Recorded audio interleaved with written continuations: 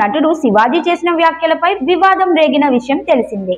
మహిళల డ్రెస్సింగ్ గురించి చేసిన వ్యాఖ్యలపై పలువురు నటీమణులు, సామాజిక కార్యకర్తలు వ్యతిరేకంగా స్పందించారు.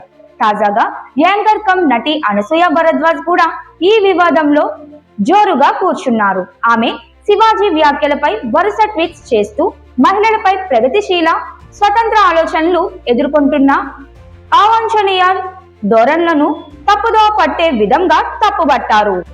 ప్రస్తుతం అనసూయ ట్వీట్ సోషల్ మీడియాలో వైరల్ అవుతున్నాయి. ఆమె ముఖ్యంగా శివాజీ చేసిన ఆంటీ అనే పిలుపుపై ఘాటుగా స్పందించారు. కొంతమంది పురుషులు మాత్రమే కాదు, కొందరు మహిళలు కూడా నా వయసును టార్గెట్ చేస్తూ నా మీద గాయపెట్టేందుకు ప్రయత్నిస్తున్నారు అని ఆమె తన వాబోదు వ్యక్తం చేశారు.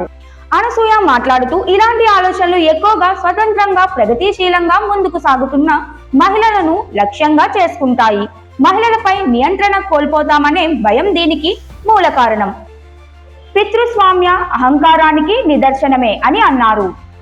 మహిళల డ్రెస్సింగ్ గురించి మాట్లాడే అర్హత ఎవరికీ లేదు. ఈ సమాజంలో ఏం వేసుకోవాలి, ఎలా ఉండాలి అనే విషయంలో ఒకరి అధికారం లేకుండా ఇలానే జీవించాలి అంటూ ఆమె మరింత గట్టి వ్యాఖ్యలు చేశారు. అంతేకాదు, అనసూయ పాతకాలపు ఆలోచనలను ఈ సమాజం ప్రస్తుత కాలంలో తరతరాలుగా ముందుకు తీసుకువెళ్లవలసిన అవసరం లేదు అని హితవు పలికారు.